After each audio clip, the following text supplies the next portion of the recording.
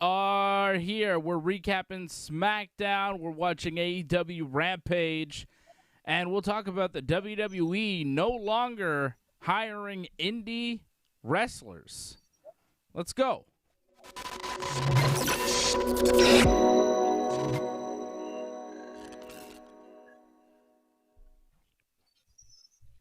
All right, we are live. What's up? Where's Johnny? Whoa. What's up, Johnny? Nice graphics that pop up now. It's interesting. We'll get used to it eventually. I'm used to it. But yeah, SmackDown was boring as hell again tonight. Rampage has been okay so far. I mean, I'm glad Rampage is only an hour long, so it's kind of hard to be, like, awful. That's a glowing review for a show. It's kind of hard to be awful. It's only an hour long, so how bad can it really be?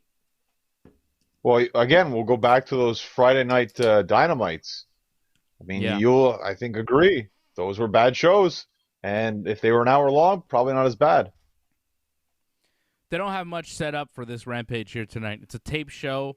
They did it in Milwaukee on Wednesday. And I already know what happens. I read the spoilers before we went on here tonight. Because I wanted to know. This is still the best match right now that we've seen tonight. Yeah, we didn't see much on SmackDown tonight. It was a pretty weak show overall, right? I didn't like SmackDown too much. Well, I liked Roman's promo. I thought Roman's promo was really good, as always. Roman's promo? He didn't say anything. Yeah, he was there. He kind of guided the promo. He was there. You're giving credit to the man for just showing up? He was there. What do you mean his promo was good? He just stood there. Heyman did the talking. What are you talking about? And he told him what to say, pretty much. It's good. What do you mean he told him what to say? The writers told him what to say. It's fake, John. No, Roman comes up with all his stuff. You're wrong about that. Roman knows what he's saying. It's all Roman. Oh. You got to acknowledge Roman Reigns. Like you still Johnny have to acknowledge North, him. Roman Reigns super fan. Roman Reigns' little bitch boy next to the Usos, Johnny North, angling for a job here tonight. Big Johnny. No, I just don't even believe Reigns, that. You acknowledge him. Yes, acknowledge him. Because you're living in the WWE kayfabe world. What are you talking about? He's the best thing going on SmackDown. There's no question about that. And I'm not lying about that.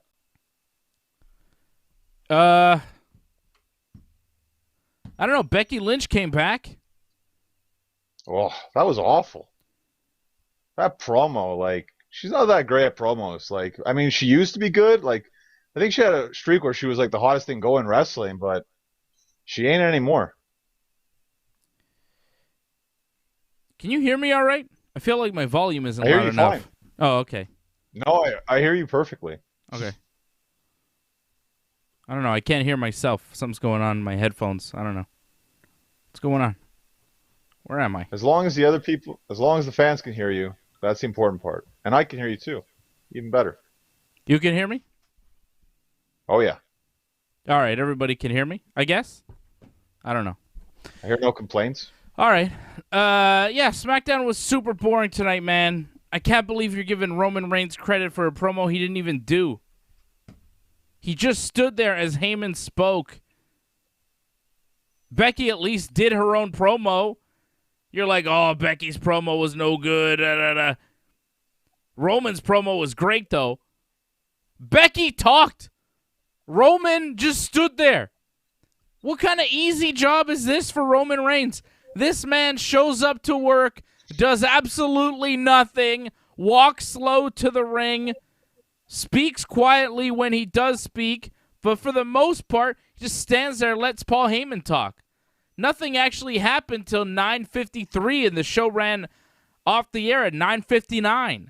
Roman did 6 minutes of work tonight, and, I mean, you could barely call it work. The guy just stood there as Heyman did all the talking for him. He did nothing. He did zero Becky did like tonight. 20 seconds of work at SummerSlam. So what? So what?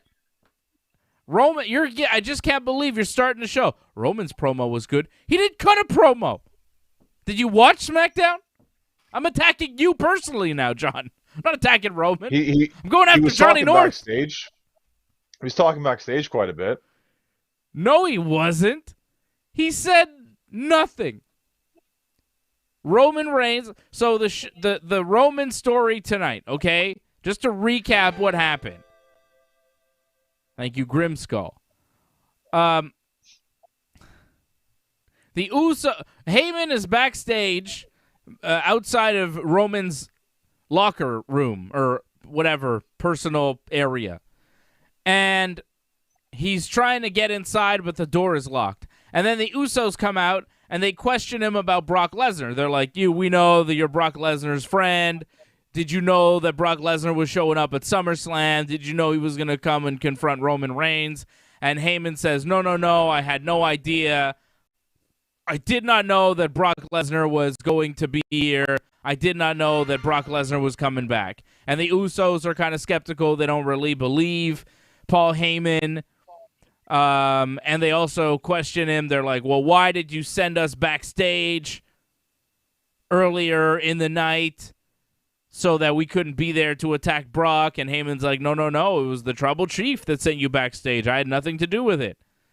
So it seems like maybe, Heyman is in cahoots with Brock Lesnar, and the Usos are definitely very suspicious. Then Roman Reigns shows up later. Heyman is outside of the locker room still looking just afraid. Roman walks around the arena looking confused. Why do you look so confused the whole time? He's like walking around, and he's just got a confused look on his face. He runs into Paul Heyman. He's like, what? Do I have to open my own doors now? And Heyman opens the door for him, and Roman says, aren't you going to come in? And then Heyman goes in the locker room. 2 lines. Oh, I have to open my own doors now? Aren't you going to come in? That's the work that he did tonight. That's the talking that he did, that you're giving him all this credit for. And then before they went out to do the family celebration, Heyman gives Roman the Universal title and says, you guys go out. It's a family celebration. And Roman says, wise man, you are family. I love you. And that was it. That's all he said all night. He said 4 lines. He's one of the highest paid guys in the business. He's the main event of the whole show. He does nothing. Johnny North and a lot of the wrestling audience wants to give him all the credit in the world. I think he does jack shit. I like what Matt Riddle said about him. You see what Riddle said about him? That was fantastic. Let me read you some quotes from Matt Riddle, because that guy really went off. Did you like what Roman did tonight, John? After I just recapped what we saw tonight, which was nothing. Let's hear you defend Roman and how great he was. Best part of the show tonight, without question. Hands down, Roman was the show tonight. I thought Sami Zayn and Dominic Mysterio were the best part of the show tonight. Yikes. I mean, that was the best part of the show. It was the best match that we saw. Maybe the 4-way. I thought the interaction. The 4-way was all right. The interaction. Liv Morgan and Bianca Belair was pretty good. Once it got to that point. Yeah. Super chat. Yes. Super chat. I wouldn't say it started off very good. It started off kind of sloppy, to be honest, but it got better once it was just down to Liv and Bianca. Yeah. That was all right. That was probably the best wrestling we saw, was just that interaction. Yeah, I think you're right. Liv and Bianca probably makes the 4-way the match of the night tonight. Harold Schneider dropping a super chat. Thank you, Harold, with the $5 super chat. Says, great start to the show as always. You are always better in entertainment than the WWE. Not hard to beat. Not hard to beat World Wrestling Entertainment these days. Not a very entertaining show. Not very wrestling heavy, not very entertainment heavy, not very world heavy either. They're only in the United States. They should call themselves USA Not Entertaining Bad Comedy Show. All right? WWE does not, I mean, it used to be like, well, it's barely wrestling. Now it's barely wrestling. It's barely entertainment. They're not even around the world. It's local, non-entertaining pretend fighting. WWE. It's weak. Weak sauce tonight. I just found a lot of the promos tonight. There just wasn't much to them, except the last promo. But the other promos, it just felt like nothing really happened tonight. Boo! I'm Nothing booing really you happened. profusely, John. No, but like the Baron Corbin and Big E thing, like, what was that? They just came out, did some talking about like, oh, I'll give you this, I'll give you that. Nope, get out of the ring. Oh, get out of the ring. Yeah, then Like, they what the just heck got is out of that? the ring. Yeah, it was terrible. It was terrible. That Baron Corbin Big But E this- segment was an all-time awful segment. We'll get to that in a second. Let's stick to Homan and Raymond. Heyman and Roman, whatever their names are. So Heyman talks for a while about how Roman took out John Cena at SummerSlam, and then Finn Balor shows up. Roman didn't talk at all the whole time in the ring. Said nothing, did nothing. Okay? Finn Balor shows up, says, oh, I'll deal with Cena in due time, and I want the Universal title, but I know that Brock Lesnar's around, and I don't trust anybody. So I was going to challenge you to a match at Extreme Rules, but I know Brock's around, and I'll probably not get that match. So how about next week on Smackdown for the Universal title, Roman? And Roman just kind of looks at him, and who threw the first punch? No, Finn tossed the microphone at Roman, which caused the Usos to attack Finn. Roman did absolutely nothing. Maybe threw a couple boots down at Finn, and then the Street Profits came out to make the save. Roman exits the ring, does shit all, and the Usos get beat up by Finn and the Street Profits to close the show. Terrible finish to SmackDown. And again, you're giving Roman credit for a couple lines backstage and a couple pre-taped things, and standing in the ring at the end of the show and doing nothing. Give Heyman credit. Give the Usos credit. They talked more than Roman Reigns did tonight. They spoke more in that interaction with Paul Heyman backstage than Roman Reigns did all show. Well, Heyman's always great. I mean, there's no question about that. I mean, I think everyone praises Paul Heyman, like, without question. I mean, best manager in wrestling right now. I mean, they don't call him manager, but he pretty much is. I think there's no question about that. Well, I don't know. Does he have competition, though? Best manager in wrestling right now. All right. Yeah, Don Callis is pretty close. I think Heyman's a better, like, actor than Don Callis is. Don Callis is, like, kind of one kind of set, like, way he's got to be. Yeah. Heyman's all over the place. Like, yeah.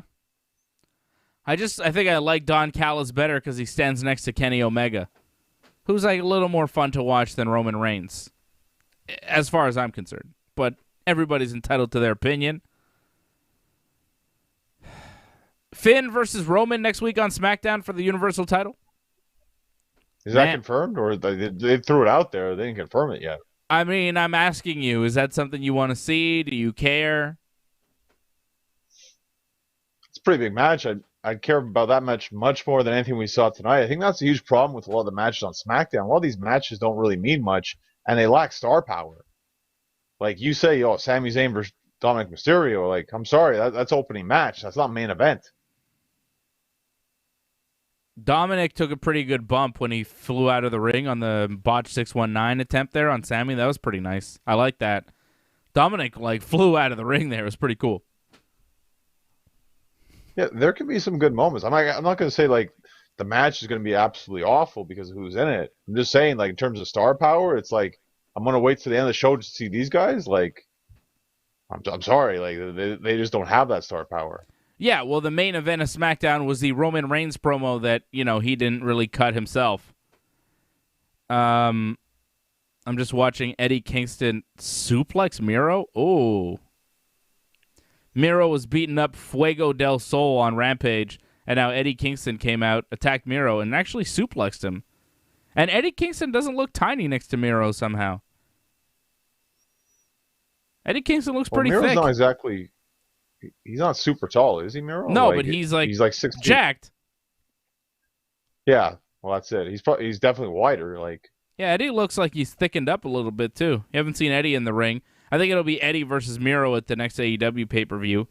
We do know it'll be the Lucha Brothers versus the Young Bucks, which we should talk about in a bit here, but let's stick to SmackDown for the moment. Finn versus Roman next week, whether they do it or not, I don't really care. Because, again, like Finn mentioned, Brock Lesnar is looming. Finn keeps getting thrown into these situations, and then he's like the B story for the bigger star, John Cena or now Brock Lesnar. I think Brock versus Roman at Extreme Rules is the most likely scenario right now because, Brock just came back at the last pay-per-view. Everybody's expecting Brock to show up at the next pay-per-view and have a match. He was at the last one. You set it up for the next one. Brock apparently has a 1.5-year deal for 8 matches total in the WWE. I think that was according to Wrestling Observer, which is interesting. Well, 8 matches is not that much. You would think they'd save it for like the big 4 pay-per-views, like Extreme Rules. I'd be very surprised if you actually see him wrestle. Like an appearance, sure. But I don't know if I'd use one of those matches right away. Why not? Why not? I mean, if you think about it, Survivor Series isn't that big of a deal. He's going to be at that Money in the Bank if they're doing it in that football stadium in Vegas next summer, right? Mm-hmm. So there's 1, SummerSlam, Mania, 2 Manias. That contract is going to take in 2 Manias, right? It's like 1.5 years. So it's Mania 2022, and the contract will probably wrap up at Mania 2023. So you got 2 Don't Mania. forget Saudi Arabia. 2 Mania matches, say 2 Saudi Arabia matches in 1.5 years. That's 4 matches. Maybe a Rumble or 2. Yeah, I don't know. Yeah, of course. Do you give him an Extreme Rules match? Do you do it at Extreme Rules? Because right there, the matches, 2 Manias, a couple Rumbles, couple Saudis. That's 6 matches. You got 2 left with Brock on the contract, if the contract is correct. Do you do Roman versus Brock here at Extreme Rules on next pay-per-view, or do you save it for... That's the thing, John. What do you save it for? Like, you kind of started it here. Do you really push all the way to November at Survivor Series for that? I don't think you do. I think you do Roman Brock here. You have Roman win. Or you think you save it for October in Saudi Arabia? Is that what you're saying? Yeah, okay. He's probably going to wrestle there, right? So, yeah. It's not that long of a wait. And you have Finn Balor. Might as well use him for at least September, and then... it's not too far away to October, so I could work out pretty well, I think. You might be right. You might be right about that. We'll see. But it will happen pretty soon. The Roman Reigns Brock Lesnar match, whether it happens, at Extreme Rules or Saudi Arabia, whatever. I don't see Brock beating Roman, especially with the limited schedule. I really don't care that much. I don't care about Roman and Finn either. I don't see Finn beating Roman. I don't know how great the match will be. I'm not that interested. Roman Reigns, as exciting he is, as he is for you, he's as unexciting for me. Like, I'm totally bored by this guy. He's doing nothing for me. I know a lot of people are like, oh, he's so great. And I'm just, I don't know. The matches are kind of, the promos, are just the same every time. I don't get it. People are like, well, his facial expressions, the way he carries himself. All right. I don't know. Matt Riddle came out and said about Roman Reigns. He says, who did he say this to? Bleacher Report. Matt Riddle says, no disrespect to Roman. He seems like a swell fella, but at the same time, it's like when people say they're a good parent. You know what? If you were a good parent, your kids wouldn't be telling you you're a good parent. No, your kids would be telling you you're a good parent. When he's saying, acknowledge me or I move the needle, no, you don't. You're related to The Rock, shut up. Like, I'm not impressed. I could beat you up in a real fight, so shut your mouth. I like that line. You're related to The Rock. Shut up. Like, I'm not impressed. I could beat you up in a real fight, so shut your mouth. Thank you, Riddle. Yeah, but he's just working. He's just working there. Yeah, like, sure. I mean, you could say he's working, and it's a work, and it's, he's trying to build towards something maybe down the road with Roman. Riddle is a babyface on the Raw brand and whenever the tag team champions, though, and Roman is a heel on the Smackdown brand and the Universal champion. Like, they're not involved in anything. Draft's coming up. Yeah. I like what Riddle's saying about why Roman. Naomi had a switch, but whatever. Like, well, because they're on the road and she's married to one of the Usos. Yeah, I know, but it's like we're having a draft, so we're already going to switch the wrestlers, like just out of nowhere, randomly, for no reason. You gave a reason, but they're never going to say that reason. What was the reason? Oh, the reason I gave. Yeah, because of Jimmy Uso. Yeah, they won't say that. Whatever. WWE doesn't seem that interested that Naomi is back. She did a backstage promo with Sonya Deville. Sonya was like, oh, I didn't even know you were coming. I don't have anything for you. Maybe check back with me next week. Basically told her creative has nothing for you. Okay. Interesting story for Naomi. To say, too. Yeah, she said nothing. Not great. Pretty bad. Yep. What else happened on this awful show? Like we said, Sami Zayn beat Dominic Mysterio after a haluva kick. Rey Mysterio was backstage with Dominic before the match, telling Dominic that it's time for him to step back, and he's going to let Dominic be his own man and do his own thing. Midway through the match, though, Rey just came out anyways to be in Dominic's corner, right? You tweeted about that. You were mad about that, right? Well, Rey does this all the time. Yeah. He says one thing, does the other, like, all the time. Like, oh, you got to, win by yourself, Dominic. And then they cheat to win all the time. Like, okay. Rey went to see Dominic after the match. Dominic walked away from him, though. Didn't want to hear it from his daddy. Tell you, man, turn Dominic heel. Like, people love Rey. Dominic, not so much. Yeah, I think people really don't like Dominic. If Rey attacked Dominic, I think he'd get cheered. So Dominic has to kind of beat down his dad at some point. Makes sense. I think they have to do it down the road.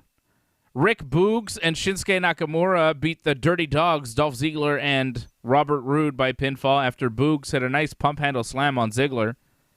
Boogs is a good wrestler. Somehow. He's super annoying character-wise. But as far as in the ring, like, he's pretty decent. What I like, unlike Elias, like, he actually uses his gimmick in the ring. Like, he plays up to his gimmick. Like, he just doesn't just do whatever. Like, a lot of what he does is because of the way he is. So that's what kind of, you can relate to him more. I find the fans can get into him more because he kind of is the gimmick all the time. So that's really good for him. Like, and his wrestling's not bad. We have only seen him like in limited like amounts, but it seems like he's pretty decent. It just seems like it's going to take time because like right now he's in a tag team in a sense, so gotta wait and see. It'd be interesting to see them go for the tag titles. Actually, he's a heel though. Is he? Doesn't act like a heel. No, but the gimmick, man, it's not likable. It's getting cheered. It's working. Is he getting cheered though? Is it really working? I don't think so. And the tag team doesn't make sense because Nakamura is the Intercontinental Champion. I think Boogs turns heel, attacks Shinsuke at some point, and they feud. I think that's where they're headed. This Dirty Dogs match was just, whatever. Apollo Crews cut a promo on Shinsuke during the match in one of those little box screens. Apollo's not done with Shinsuke. He wants his Intercontinental title back. So there's that. They're not disappearing Apollo, which you thought they might. Will he win it back, though, is the huge question. No. I mean, if he doesn't win it, he really needs to win that match. He's going to be like relevant again. If he doesn't, like, he's pretty much done. Like, they're gonna have to send him back to Raw or something because there's nothing else for him. Yeah, we'll see. Maybe they repackage him again, take away that ridiculous accent. I doubt that. You were excited about talking about Cesaro for some reason. He had a match with Chad Gable that I was thinking was going to be the show stealer of the night. Mm-hmm. Sorry, I just got distracted by Penelope Ford. Good God almighty. What is going on there? Cesaro beats Chad Gable by disqualification when Otis attacks. Otis and Gable beat down Cesaro after the match with a nasty German suplex and an Otis splash. So Cesaro gets the win by DQ. The match was going pretty well. I was thinking, oh, this is going to be really good, but it ended very quickly, very abruptly. And hopefully we get to see this match actually play out one day, but who knows? These Otis and Gable matches never seem to actually have finishes, and then they move on to the next person they're feuding with. They were feuding with the Street Profits. They seem to beat the Street Profits, but now the Street Profits are challenging the Usos for the tag team titles for some reason. Why? Why don't they push Otis and Gable? I like these guys. They just never go anywhere with them. Yeah, Franco sees what I was distracted by. Like, good God almighty, what was happening there with... Is that normal? Is it always like that with Penelope Ford? Does she look different tonight? I think it was just the way the camera outfit was and everything. Yeah. That's it, yeah. Good God. Let's turn over and look at Rampage. Penelope Ford helping the Bunny get the win over Ty Conti. I know Johnny's super disappointed by that. World's biggest Ty Conti fan, Johnny North. Cesaro and Gable, though, pretty good, John, yeah? Well, it was okay, but like you said, it was kind of short. All the other matches get a commercial break. That one didn't. The one that deserved to go longer didn't go longer, so that was kind of disappointing. And the finish is just lame as hell, DQ finish. Yeah, I think Cesaro versus Gable or Cesaro versus Otis, if they're allowed to have some time and do a real match, could be very good. But it's not what we got tonight. I guess we can hope for the future. And wow, nothing happened on this stupid show. What a bad SmackDown tonight. Edge cut a backstage promo about beating Seth Rollins, but he didn't like that he had to go to a dark place to do it. Seth Rollins cut a backstage promo congratulating Edge for the win, but he seems like he's maybe gone crazy from losing to Edge. Is that not over? It didn't seem like it, sadly. Ugh. Nothing ends in this stupid show either. Baron Corbin is in the ring. That ended. He's not poor anymore. He's now rich. I like that turnaround. He's happy and rich. He took his last $35 after SummerSlam and won tons of money in Las Vegas, and now he's filthy rich. Seems like he's got millions of dollars now.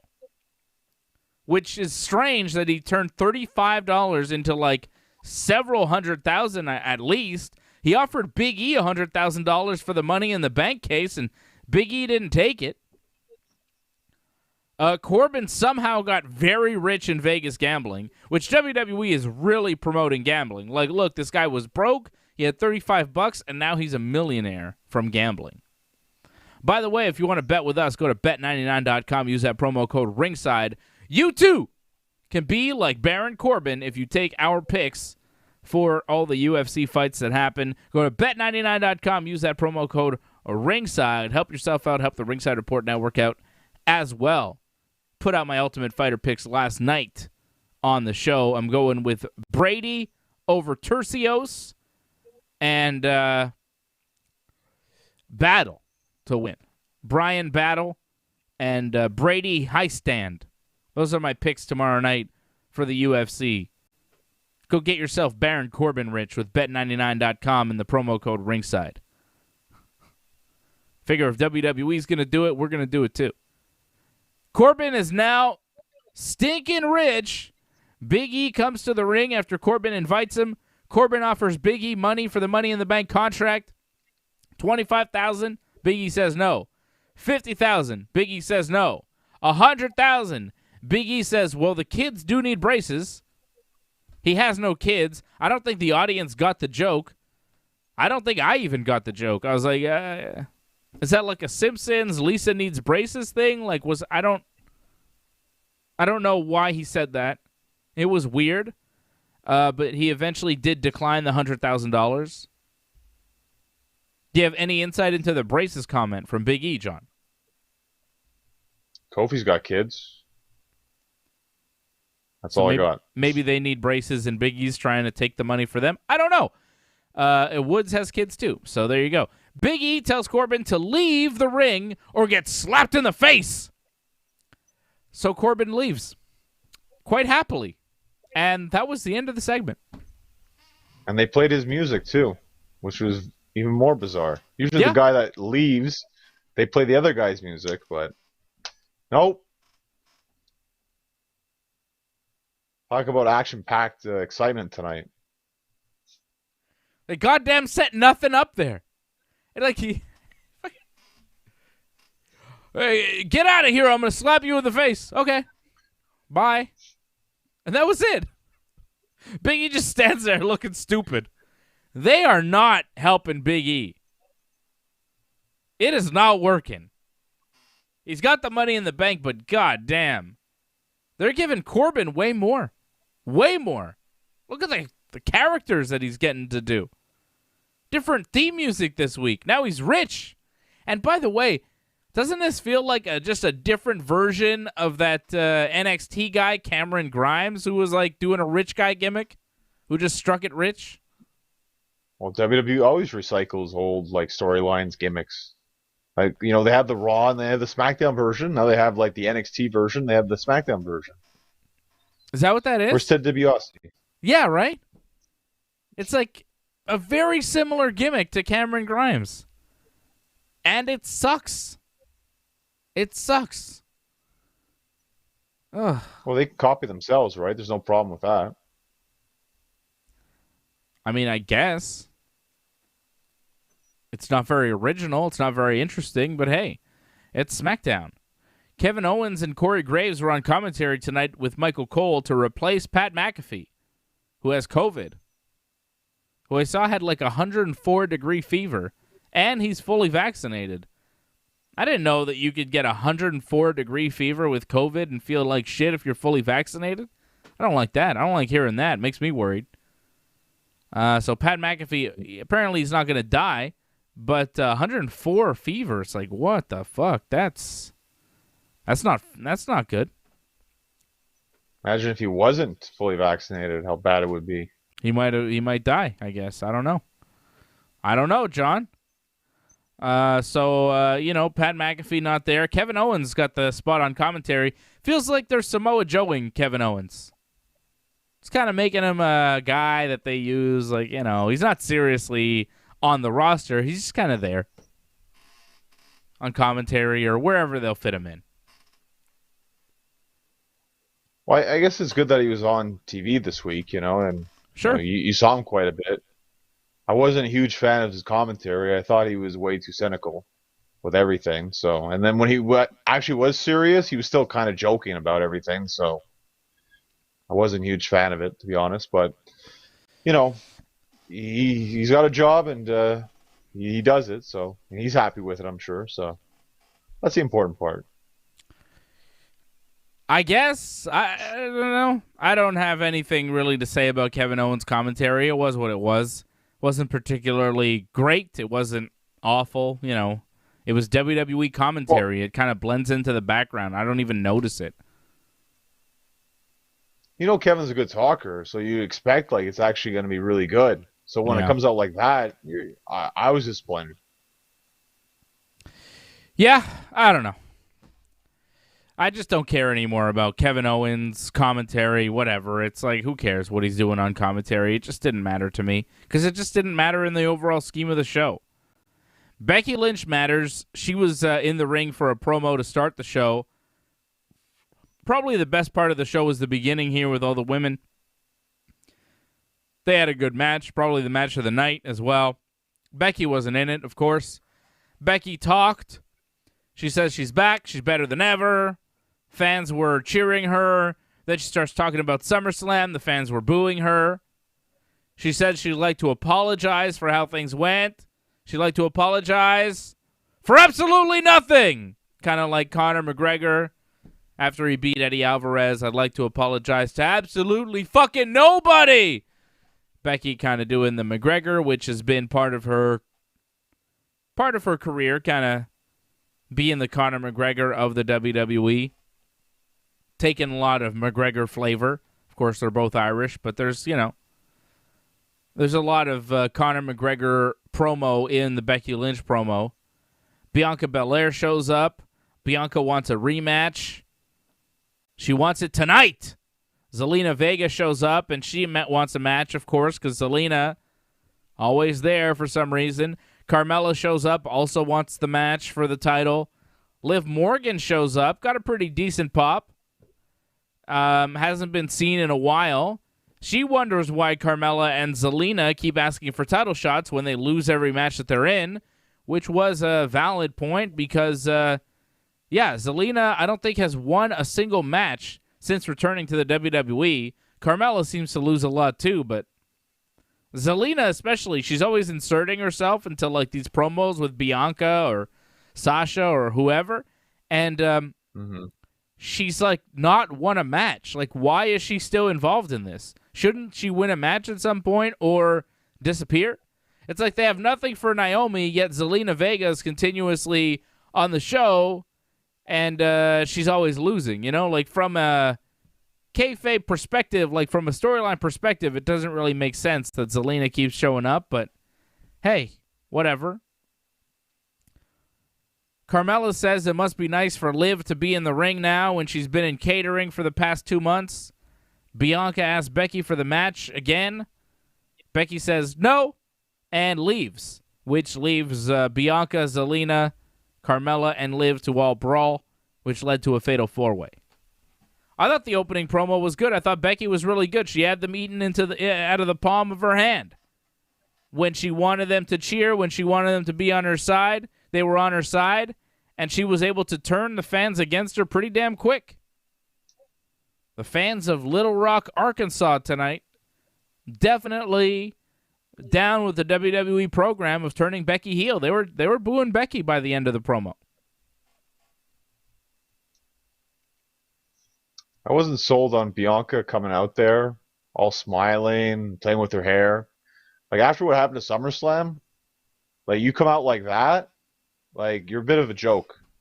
Like, if you're not, like, she comes in the ring and then, oh, she's all serious, but when she does her little entrance thing, well, this is the way she always acts. Like, she needs to kind of change that up a bit, or someone needs to tell her, like, there's the turn on the face thing, and then, like, it should always be on when you come out there, not just turn on when you're in the ring, because that entrance, it doesn't feel right when you come out jumping up and down, all happy.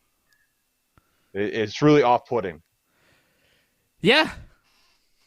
It's weird that she comes out smiling and skipping to the ring when she should be super pissed off. And then she is super she pissed turned the face off. on when she got in the ring. Yeah, as soon as she's in the that's ring. That's what she knows how to do. Yeah, she's mad. It's too generic, that entrance. She comes out, she does the whole thing. It's like when Rhea Ripley, though. A lot of the new ones are just kind of trained by NXT, and this is how they're trained to do things because they haven't really wrestled outside of the WWE.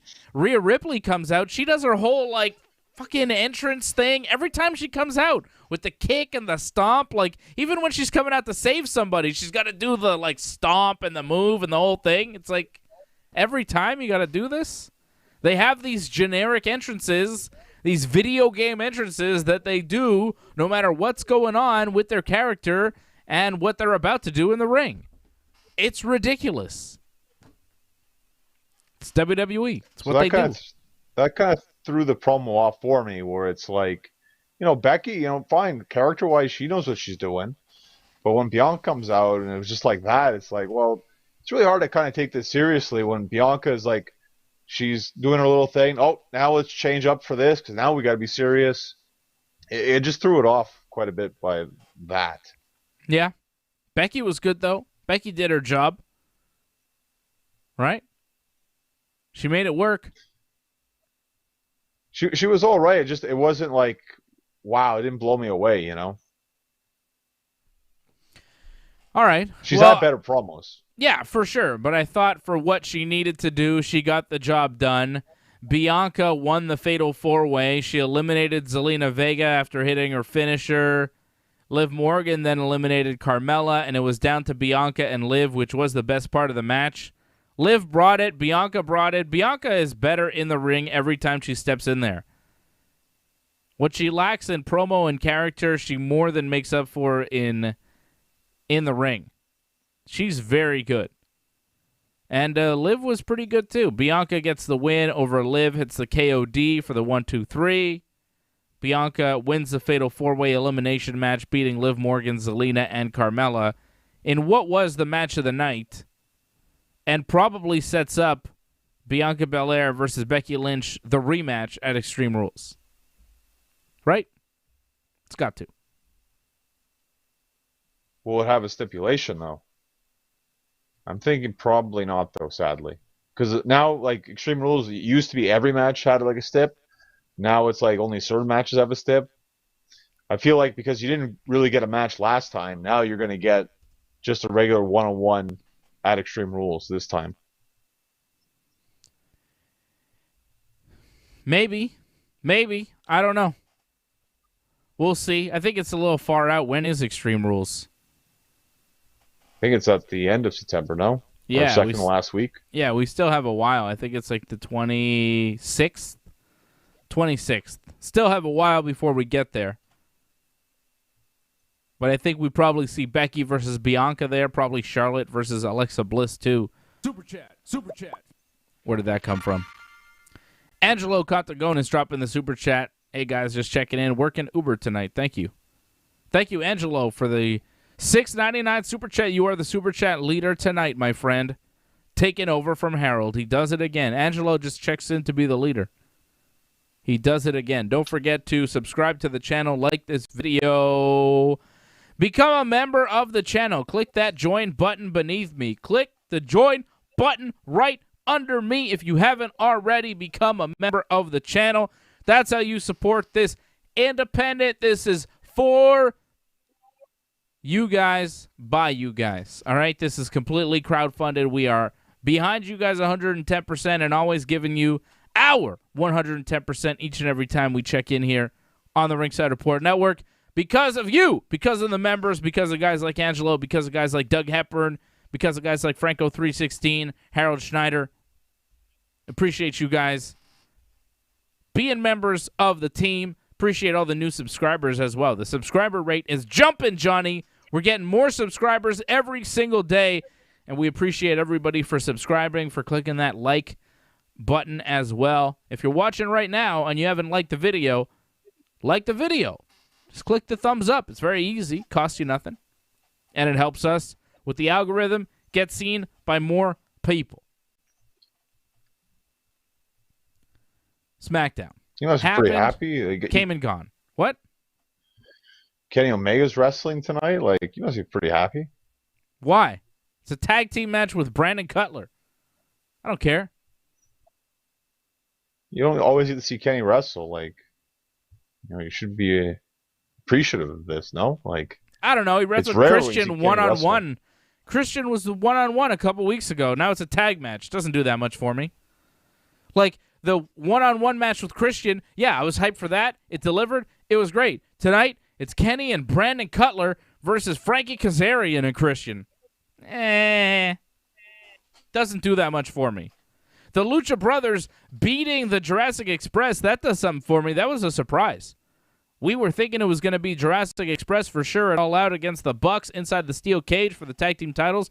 But now it's the Lucha Brothers. 2 years removed from their first meeting in Chicago at All Out. It's a rematch. It was Escalera de la Muerte 2 years ago in a ladder match. This time, they're inside a steel cage. Bucks versus the Lucha Brothers. I think this is the best match you could possibly do. I wasn't too hyped to see Jurassic Express go in there again, but a lot of people did kind of think Jurassic Express in the rematch would become tag team champions. It felt like a foregone conclusion that the Jurassic Express was going to get that match, but Apparently not, right? Well, just they were smart and they realized this is the best match. This is probably the match people want to see more. I mean, Jurassic Express already got a title shot recently. I mean, do we really need to see another match just because it's inside a cage? When you think about it, in terms of all the death-defying moves, I think Lucha Brothers, hands down, it's a better match than Jurassic Express. No offense to them, but Lucha Brothers, they're just better in terms of killing themselves. Yeah, exactly. I think that they're more high intensity, and on pay-per-view, that's kind of what you want to see. I think they're going to deliver a better match. I think Rey Fenix and Pentagon are more seasoned wrestlers than Jungle Boy and Luchasaurus, right? Plus, a better match for the Young Bucks. That, if you think about it, that was the tag match that helped started AEW in a sense, right? So to go back to that finally the AEW tag team titles just makes a lot of sense. Harold Schneider dropping a super chat. He says, let me know if I should watch Rampage after you guys or should I hit the hay? What do you think, John, so far? Rampage? Better than SmackDown? Thank you, Harold, for the super chat, by the way. You are the super chat leader. Shout out to Brian Firth. He's watching, too. What's up, Brian? But here's one thing, too, though, about Rampage. Like, I'm not hearing it. So, I mean, it's a totally different experience when you hear it. So, yeah. Is it good? Possibly. Like, I haven't seen anything wrestling-wise that's really offended me, so that's good. Yeah, it's been all right. So that's a positive. The opening match seemed pretty good. I haven't seen anything else that's been that great so far on the show. The opening match was good, though. Lucha Brothers versus the Jurassic Express. This has been all right. Ooh, Kenny crouching Christian. Currently is fine. Yeah, it's been pretty good. Not crazy great.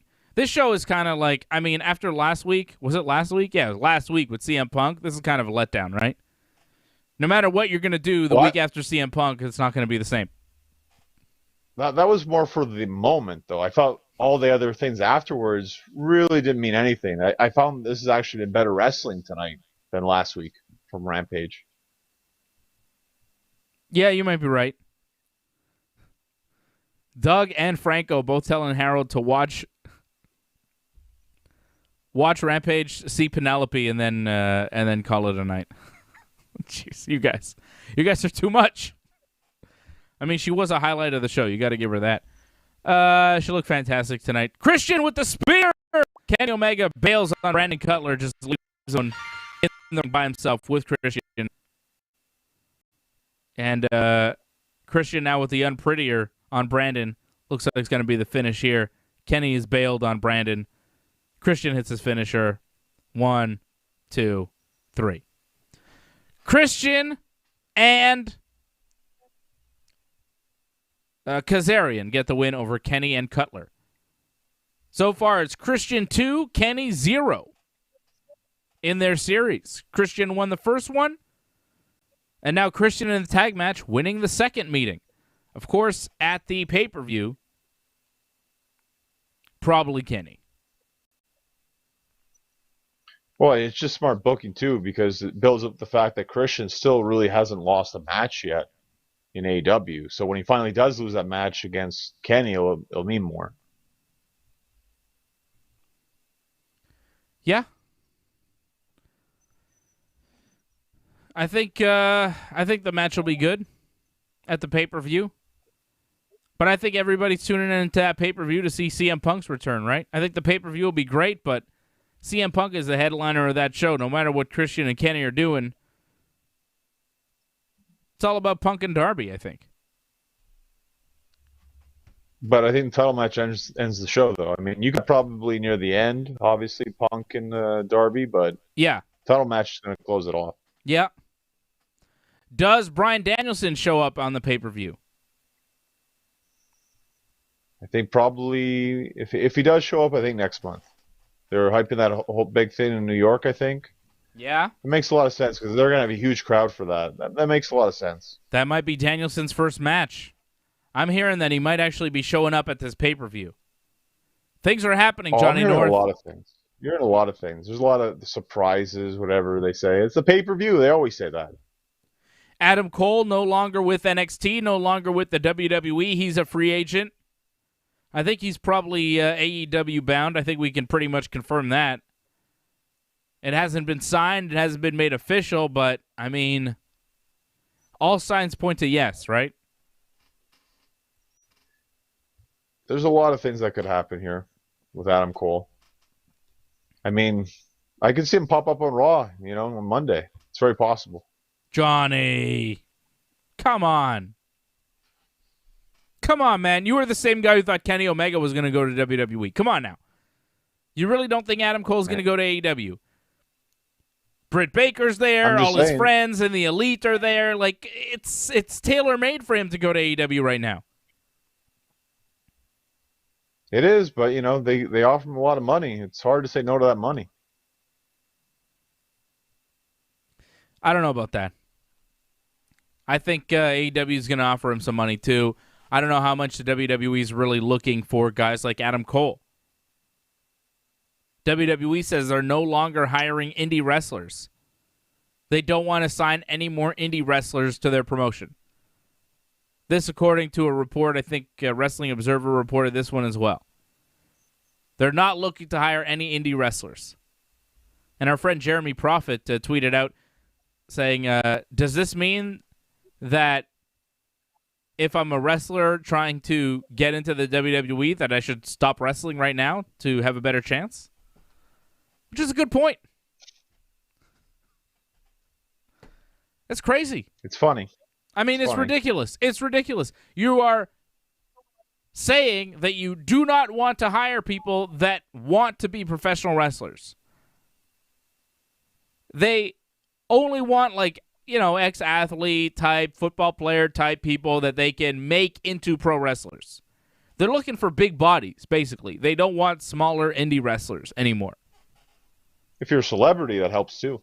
Yeah, celebrity too, whatever. Do they not realize that, Becky Lynch was an indie wrestler?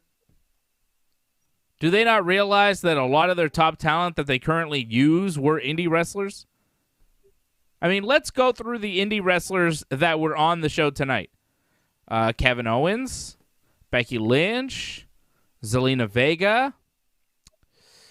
Let's see. Paul Heyman was in the indies for a while, doing his own thing there. Cesaro, of course. Gable and Otis, I think, are WWE products, which shows you what they can do with some ex-athletes, right? I mean, they can make ex-athletes into pro wrestlers. I don't think Baron Corbin wrestled in the indies. I don't think Big E did either. Edge did. I think Corbin boxed, didn't he? I mean, that's not wrestling in the indies. He's just a giant guy. Too. Yeah, he played football. He's an ex-football player. But he didn't wrestle anywhere, I don't think, besides WWE. Big E either. Edge, of course, did. Seth Rollins, of course, did. Roman Reigns never really wrestled anywhere. Apollo Crews was from the indies. Shinsuke Nakamura wrestled some independents for sure. I think Ziggler and Robert Roode did as well.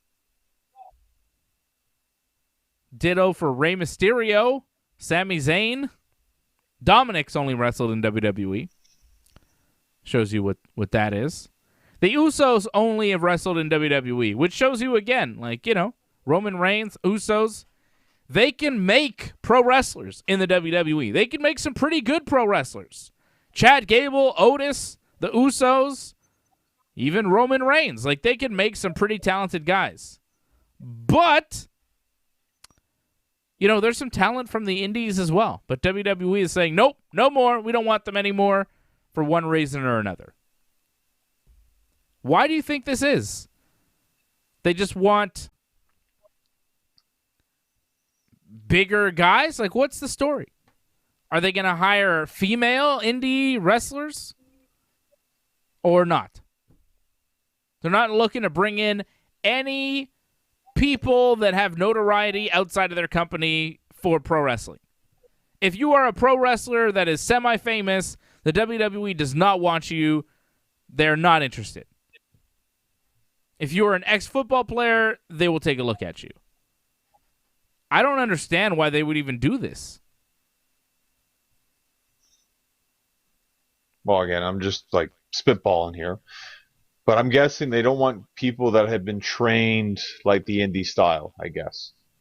They don't want to have to retrain them to the WWE style. I guess they probably believe it's easier to train someone from scratch rather than retrain somebody. Is that really it? It's I'm weird. spitballing. Is that not weird to you?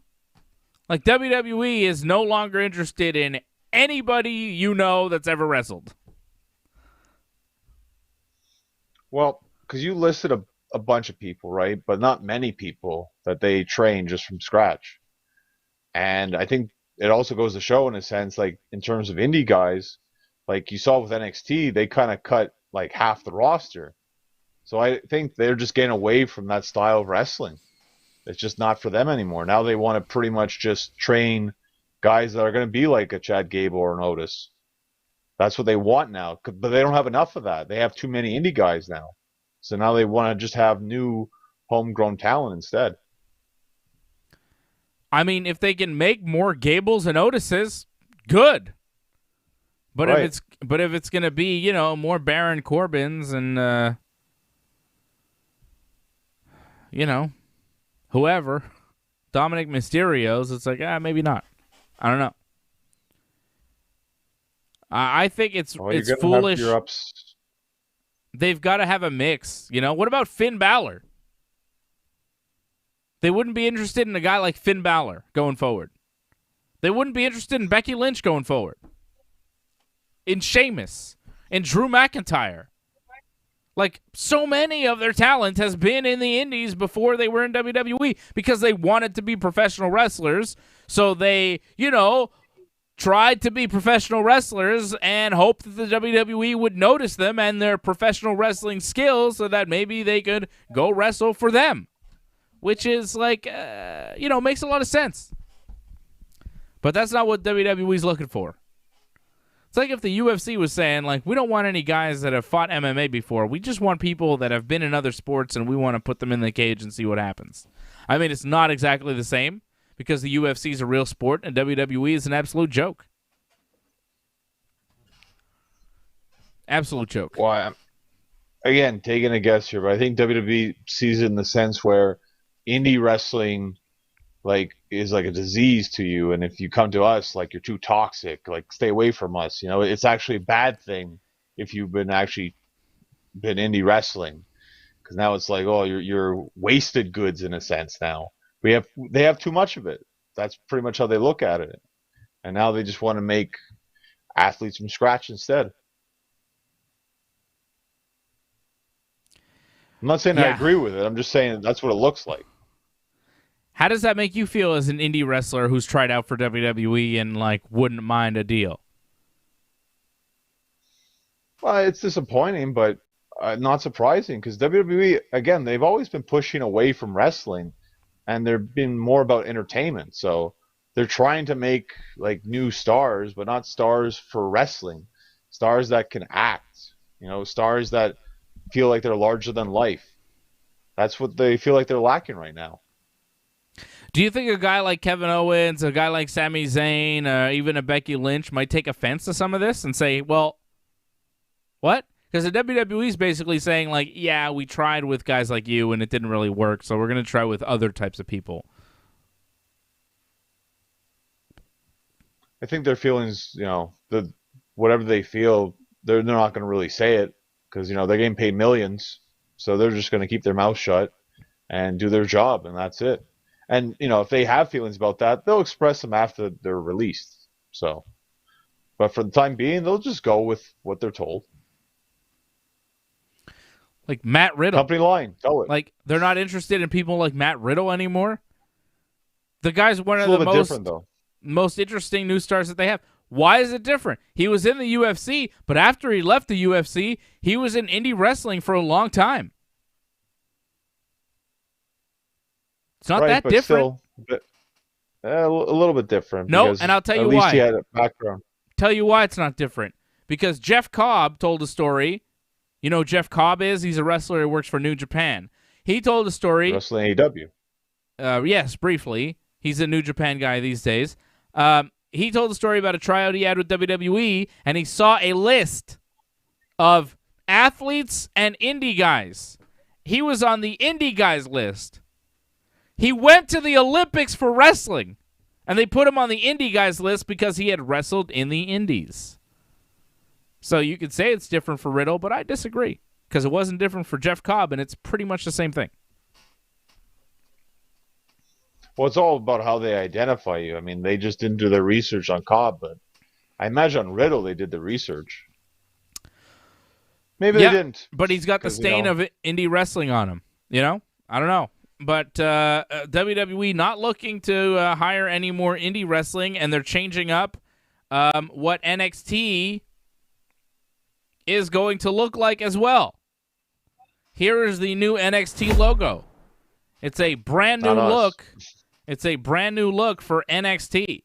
Kind of looks like Asuka's logo, doesn't it? I was going to say, it kind of looks like Dynamite almost. I don't hate the logo, but this... Oh, I think it looks terrible.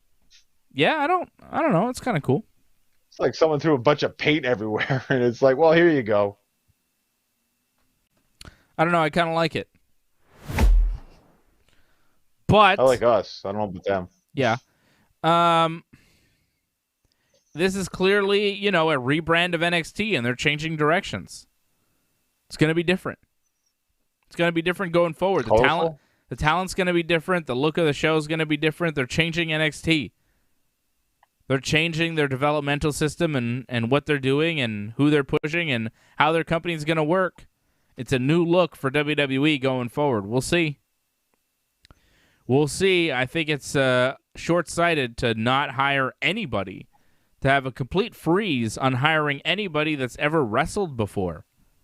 When you're a wrestling company, they only want to hire people that are fresh to the business, that they can train themselves. They don't want to hire anybody that's ever wrestled before, even though they're a wrestling company. What? Again, they're steering away from wrestling. Yeah. Angelo Contagonis dropping $13.99 super chat. He says, how was Smackdown and Rampage tonight? Smackdown was not that great. Rampage was okay. The opening tag match was pretty good, probably the match of the night, and the closing tag match was all right from what I saw. Rampage I can't give you a great review of because I didn't really have a chance to see it that in depth. I'm talking to Johnny and all, but from what I saw, Rampage was all right. SmackDown was not good, not worth watching. Nothing on the show was worth watching. Nothing. And according to the chat and maybe me, Penelope Ford was worth watching tonight on Rampage, but that's unofficial. I can't officially say that. I can't confirm or deny. But a lot of people were very excited about seeing her. New look for NXT. Braun Strowman, he was let go. Apparently, he might be headed to Impact Wrestling. Does that surprise you? Yeah, I heard about that. Why not? Like, where else is he going to go? Like, I feel AEW, it's not a great fit right now. Like, Impact, why not? They need star power, so sure. If they're willing to pay him the crazy amount that he's asking for, go ahead, go nuts, crazy for it. I still won't get Bound for Glory, but at least they're trying something. I think he's a good guy to have for Impact. I think he makes a lot of sense. I've heard they're going to go after Buddy Murphy, too. You don't know how much they're paying him. Maybe his price dropped because nobody was interested. Okay, if his price dropped, fine. But he was actually for $75,000, like an appearance. Like, it's kind of ridiculous what he's asking for. For an indie show, like for a one appearance deal, he was asking for a lot of money. But I think for a contract, who knows? Who knows what Impact is giving him and what his deal is exactly. But I think he's a big name for Impact. I think he's a guy that could really help a company like that. AEW, I think, is a little too crowded in the main event scene. He wouldn't really fit. Impact makes sense. I'm glad that he's going there. Hopefully he really is. What's his name? Buddy Murphy, I think, is going to Impact too. Are the Iconics going to Impact? They're teasing a new name, The Inspiration. The former Peyton Royce and Billy Kay, now Cassie and Jesse or something. I think it's the real names, no? Jesse and Festus. The Inspiration. With two eyes. They're teasing a return to pro wrestling. Them I could see in AEW. I think the AEW women's division would be much better off with them there. Not only because, Peyton Royce is married to Sean Spears there, who's in AEW, but also because I think they would be great additions to their women's division. Not a lot of characters in that women's division. Not a lot of good promos outside of Britt Baker in that women's division. I think the Iconics would help. They're a very good promo. Well, NWA is going to be introducing women tag team titles, so possibly an NWA that could work out as well if they could do some sort of partnership deal where they could do both. That could work out for them. That's the one thing that AEW is lacking. They don't have women tag team titles. Yeah, I think that they might add them at some point. You saw Penelope and the Bunny kind of forming an alliance tonight. If the Iconics come in, I could see them adding women's tag team championships. Why not? I think AEW might do it. I'm not big on having more titles, but it just kind of makes sense the way AEW is going right now. The way the women's division is growing, and the fact that it feels like so many disappear for so long. I think you've had tag titles, then it gives them a reason to have more women matches.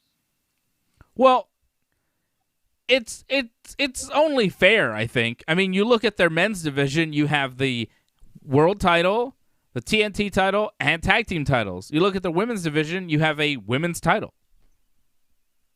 Yeah.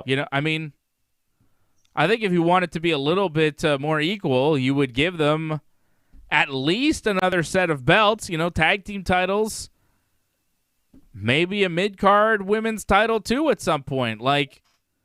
I think, 3, okay, maybe not, John, but, baby steps. But I think if you're going to add any kind of championship to AEW, it's going to be on the women's side, and it's going to be tag team. I think it should happen. Yeah, I agree. So maybe it's going to go down. I see Doug Hepburn saying Ruby Soho appears to be going to AEW, formerly Ruby Riott.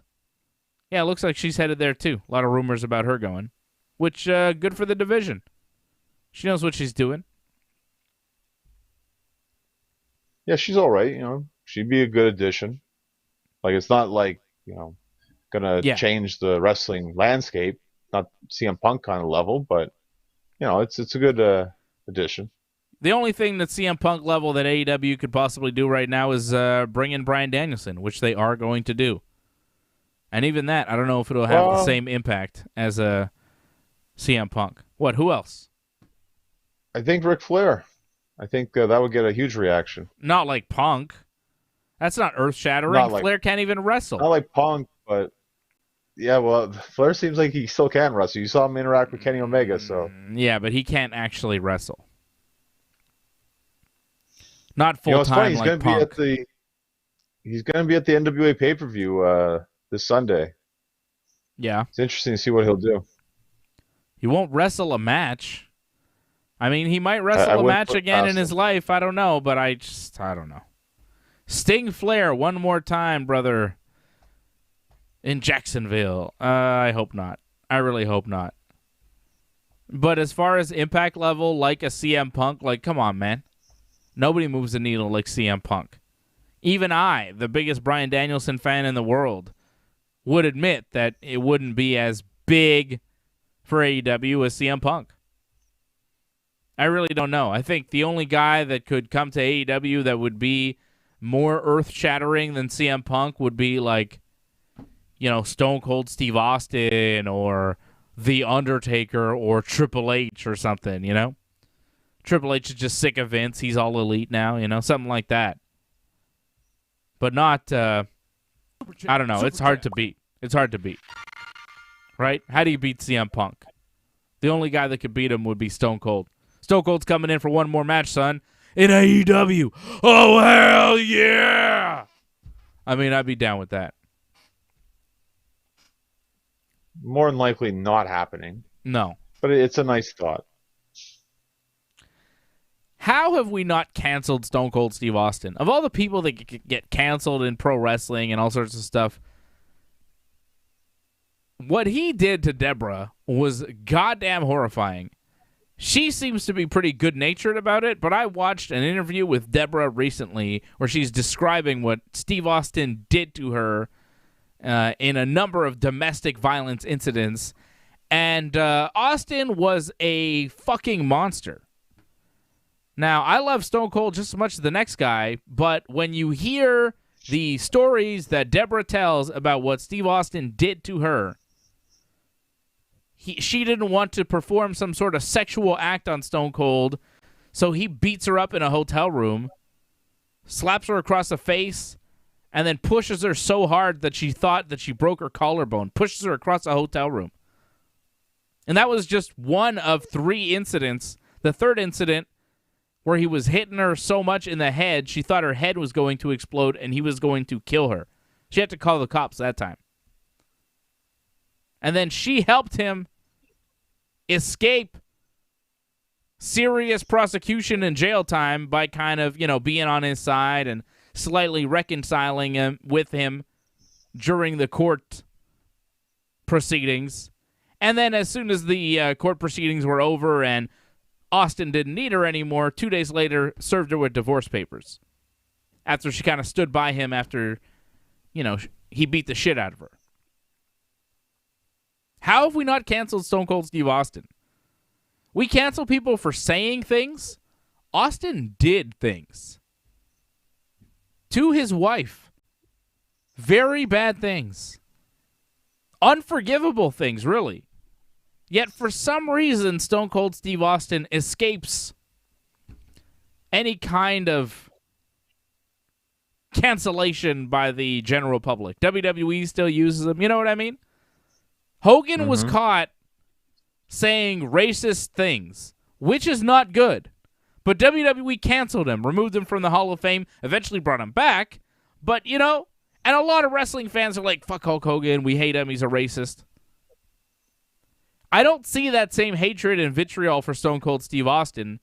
And to me, saying racist things is bad, but beating up your wife is worse. It's worse, I think. Both bad. Well, I told you about this for years now, and it took you a while for you to believe me about this whole thing about Austin. No, I believe you. I never didn't believe you. I just, like all wrestling fans, we choose to ignore it because it's easier to sleep at night. It's easier to be wrestling fans. It's easier to love Stone Cold when we ignore the horrible things that he's done. Well, I think the huge difference between Hogan and Austin is that you have Hogan caught on tape saying these things, and the other one, it's Deborah's word, and Austin's never admitted to any of this stuff, so that's the thing. Not everyone's going to believe Deborah. I believe Deborah. Deborah is very believable. And, yeah. It's fucking crazy. It's really crazy.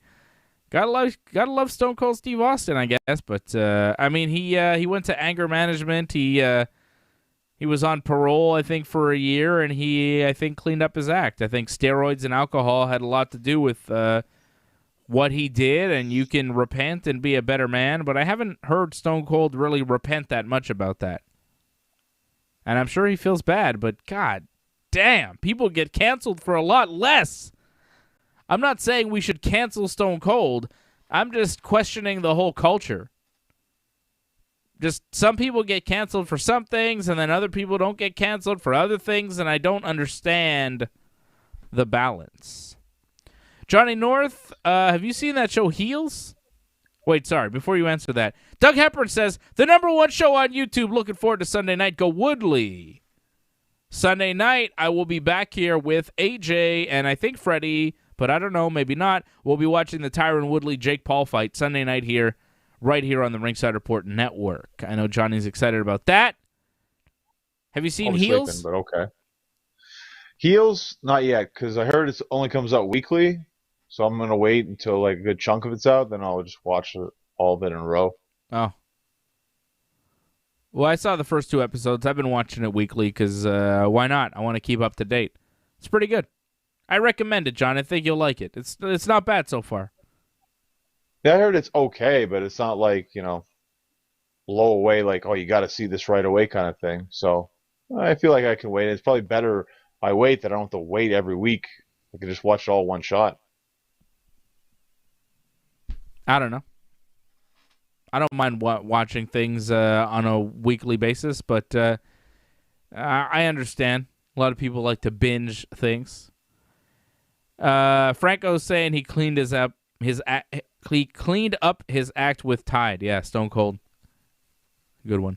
With those Tide commercials. Like, he's doing Tide commercials, you know? With Ice-T, who also was canceled at one time for his song Cop Killer, but he's back. He made a comeback.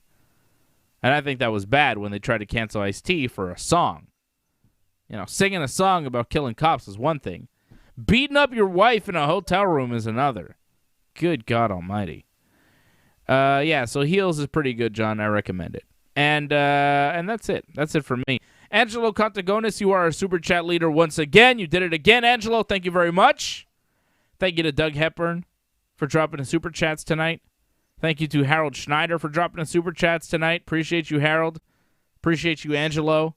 Franco 316, member of the team. Thank you, Franco. Don't forget to become a member if you're not a member already. I know Brian Firth was watching too. Shout out to Brian. He's a member over at the Buy Me a Coffee site. You could go to donate.ringsidereport.net to be like Brian, or you could go to join.ringsidereport.net to join the YouTube channel right now. Join the YouTube channel. What are you waiting for? Click that join button beneath me if you're watching on a desktop. If you're watching on your phone, go to join.ringsidereport.net. Open it up in a browser. Join. Subscribe to the channel. Become a member. Become part of the team. Get the shout-outs like Doug Hepburn, Franco316, Angelo Contagonis, Harold Schneider. These guys, they get the shout-outs because they're members. You see, that's how it works. Go! Become a member. Join.ringsidereport.net. Don't forget to like this video. Subscribe to the channel. Things are happening all at once. Who just super chatted me? Who was that? Harold Schneider dropping a super chat saying thanks. Thank you, Harold. Thank you. Did Harold just take over from Angelo? Yes, he did. Oh. It happened. Harold dropping the super chat. He's battling Angelo now. I like that. I like the battle, Harold. Harold, you know, he's taking a pop at the champ. Angelo is a super chat king. He's always leading the super chat battles. And we're about to wrap up the show, so I'm going to give Angelo a minute or two because I know he's going to want to hit back at Harold. That's how it always works with Angelo. I know Angelo. Wow. So I'll be back here Sunday night with AJ for the Woodley-Jake Paul fight. I want Woodley to win, but I'm picking Jake Paul to win by knockout. I got Jake Paul. Wow. Yeah.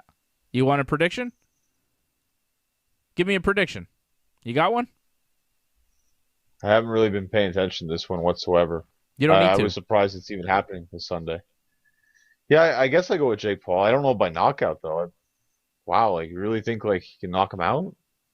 Yeah, why not? What He's happened got to Woodley? 8 rounds to do it. What do you mean, what happened? He's lost 4 fights in a row. He used to be one of the best. Yeah, he was a world champion. He's 39 now, man. He's been fighting for a long time. He's 39. Everybody's got an expiration date. It's like pro wrestling, man. Everybody's got that bump card. It's the same in MMA. There's only so many punches to the face you can take before you can't take that many more punches. There's only so much in that gas tank before you just can't do it anymore. Woodley seems like he's reached that point. Like his past few fights in the UFC, he looks like he's reached the point of no return. Like he's done. But he's not fighting, Vicente Luque or Kamaru Usman here. He's fighting Jake Paul. So it's not like he's fighting some sort of world champion here, but there's Angelo. Angelo just did it again. Screen will change in a minute. There you go. Thank you, Angelo. You are the super chat leader once again. You did it again, Angelo. But, Jake Paul's not great, but he's going to be bigger than Woodley, taller than Woodley. He's got better range. And I think, he might be the cleaner boxer right now. Woodley's never been a pure boxer in MMA. He's been a mixed martial artist. He uses wrestling. He's got powerful hands, but Woodley, for the majority of his fight career, fought at 170 pounds. This fight's going to be at 190. Jake Paul keeps fighting guys that are a little smaller than him. little smaller, little older. Yeah, he's picking his opponents. This is a picked opponent. People think, well, Woodley's a real fighter and, Woodley's going to win, but, Ben Askren was a real fighter, and Woodley is definitely a step up from Ben Askren. Make no mistake, he's much more dangerous to Jake Paul than Ben Askren was, but I don't think he's dangerous enough. Not at this stage in his career. Not right now. I'm going with Jake Paul. As much as it pains me to say it, I would like Tyron Woodley to knock this kid's ass out and then just end it. Just be done with the Paul brothers. No more. But I don't see this playing out that way. I think Woodley's going to get the win. Paul's going to get the win. I'd love for Woodley to do it. Jake Paul's a favorite, too, going into it, like minus 240. Well, after the Askren fight, I'm not surprised whatsoever, but wow, the fact that he's going to knock him out, it's kind of surprising a bit. Jake Paul says Woodley won't last 2 rounds. I can see that happening. I can see it ending quick. What? And people being shocked and sad. The Askren thing lasted, 2 minutes? Yeah, it didn't last too long, if that. AJ is picking Tyron Woodley, though, for the record. He's got Woodley. I've got Jake Paul. He had Askren, too, though. Yes, of course. I mean, AJ always picks the wrong side of most fights, and he's doing it again this weekend with Tyron Woodley. I've got Jake Paul. Who knows? AJ might be right, but we'll be watching that fight with you here Sunday night. Should be around 11 o'clock, 10:30, 11, maybe 11:30. I don't know. If you like the video and subscribe to the channel, click the bell as well so you get a notification when we're on. You get a little notification when we pop on Sunday night, so then you'll know Sunday night for the Woodley-Paul watch-along. And then I'll be back on Monday night after Raw with my brother to recap Monday Night Raw. Every Monday after Raw, every Wednesday after Dynamite, and every Friday right here after Smackdown on the Ringside Report Network. Angelo, you're the Super Chat leader. Thank you to Angelo. Thank you to Harold for Super Chatting tonight, and Doug Hepburn. You guys are the champions of the show. And Angelo, once again, you're the king of the Super Chats. Thank you, guys. And we'll see you again on Sunday night here on the Ringside Report Network.